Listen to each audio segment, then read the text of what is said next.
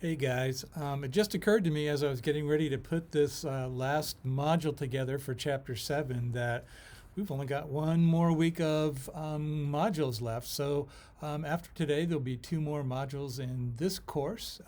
In our groups course, of course, we'll be going on until pretty much the last week of class. So I'm hoping that after next week's modules are over, we'll have a week after that for folks to catch up if they're behind with challenges or anything else, critical questions, whatever. Please make sure you get all those in because I'll use all of that to sort of make up for the group project that won't be happening in the course and that kind of thing. So moving ahead to finishing the last part of Chapter 7, I'm guessing that some of the material in this chapter was a little bit ominous, and some of it was a little bit deep in terms of the concepts that were presented. But I think that when we're getting right down to it, in terms of survival for both human and non-human species, I think it's really important for us from a social work perspective to really kind of reorient ourselves in terms of understanding what we mean when we talk about the word environment, that we're really talking about being with nature, not nature as a separate thing, but us as a part of nature. And so certainly our dichotomy of thinking about things in terms of persons in the environment certainly needs to shift in that we look at people as a part of the environment, not kind of a separate thing. For sure, as I mentioned in our last module, social work as a profession for a long time has really looked at kind of a separate or more local version of what environment means.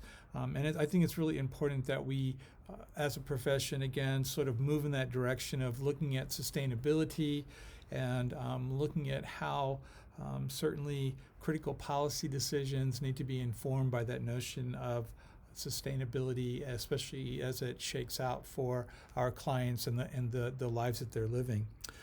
So for sure, historically, we've had sort of a constricted perspective on environment, and hopefully what will happen as a result of exposure to some different theories in this chapter, you'll have an alternative to some of the ecological models that have been presented so far in the course. So in particular, what we're really looking at through ecofeminism and deep ecology is really looking at human beings not just in the context of their relationships with the social environment, but really looking at the relationships between people and nature as a whole.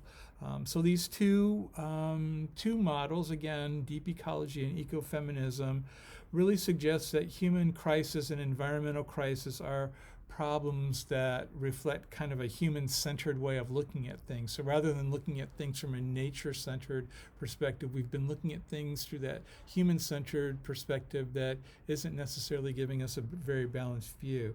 And then certainly looking at how we've constructed nature and how we've talked about the environment really has had some serious implications for the natural and the human world. Again, by seeing humans as being separate from the natural world versus being a part of it has been problematic for quite a while. So for too long, nature's been really seen as kind of a collection of resources that are there for humans to use and benefit from. And again, unfortunately, as you came to understand from reading about consumerism, that when that gets a little bit out of control, it means that we're really diminishing not only our own quality of life, but certainly that for generations that are coming after us. And the more destructively that we've been using nature, the more likely, because we are a part of that system, those kinds of things are going to come back on us as well. And so certainly what we're seeing happen globally is sort of people being locked into systems of harm and oppression in order to keep the global marketplace going and that kind of thing. So hopefully at the end of this chapter you'll have a better idea of some more profound, deeper, if you will, conceptualizations of nature and its impact on us because of us being a part of it. So that's all for now.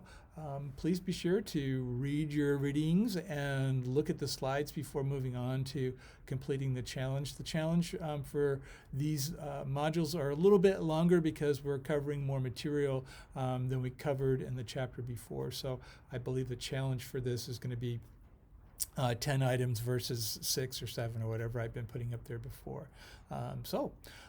Just 2 more modules to go and the train will be pulling into the station. Again, if you have questions about anything, please feel free to email me.